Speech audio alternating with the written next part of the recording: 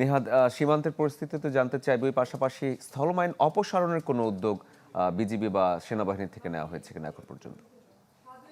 শরীফ, আজকে শুধু মাইন বিস্ফোরণ ছাড়া বড় কোনো ঘটনা নেই এবং সীমান্তের উপরে কয়েকদিন ধরে যে টানা গোলাগুলি চলছে সেই শব্দগুলো আজকে শোনা যায়নি। ফলে এখন পর্যন্ত বলা যায় যে সীমান্ত মোটামুটি স্বাভাবিক রয়েছে সীমান্ত পরিস্থিতি। তবে মাইন নিয়ে মানুষের মধ্যে একটা উদ্বেগ তৈরি হয়েছে, কারণ গতকাল আরাকান আর্মির সদস্যরা গুলি করতে করতে যে জায়গাগুলিতে চলে আসছিলেন সেটি বাংলাদেশের এলাকা। তারা বাংলাদেশে ভেতরে ঢুকে গিয়েছিলেন, ঢুকে বাংলাদেশ স্থানীয়দের উপর গুলি চালায়। পরে সেখানে একজন শিশু কিন্তু গুলিবিদ্ধ হয়ে বর্তমানে তার চট্টগ্রাম মেডিকেল কলেজ হাসপাতালে চিকিৎসা চলছে।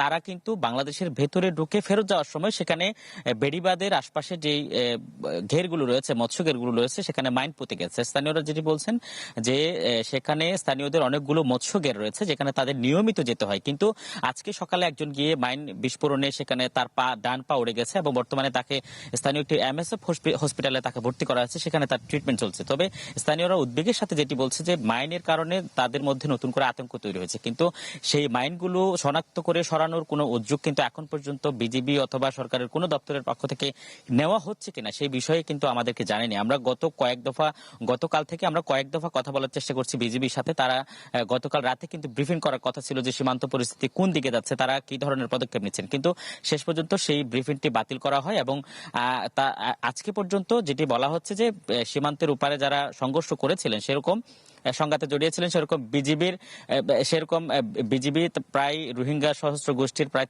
57 জনকে আটক করেছে, যারা বর্তমানে টেকনাফ থানায় রয়েছে এবং তাদের বিরুদ্ধে কিন্তু এখনো পর্যন্ত কোনো ধরনের আইনগত পদক্ষেপ নেওয়া হয়নি। পুলিশ যেটি বলছে, বিজিবির পক্ষ থেকে যেহেতু মামলা দেওয়া হয়নি, ফলে তাদের বিষয়ে কি সিদ্ধান্ত হবে সেটি তারা এখনো পর্যন্ত নিশ্চিত নয়। সব মিলিয়ে বলা যায় যে পরিস্থিতি এখন সীমান্ত পরিস্থিতি ধীরে ধীরে স্বাভাবিক হচ্ছে। শরীফ।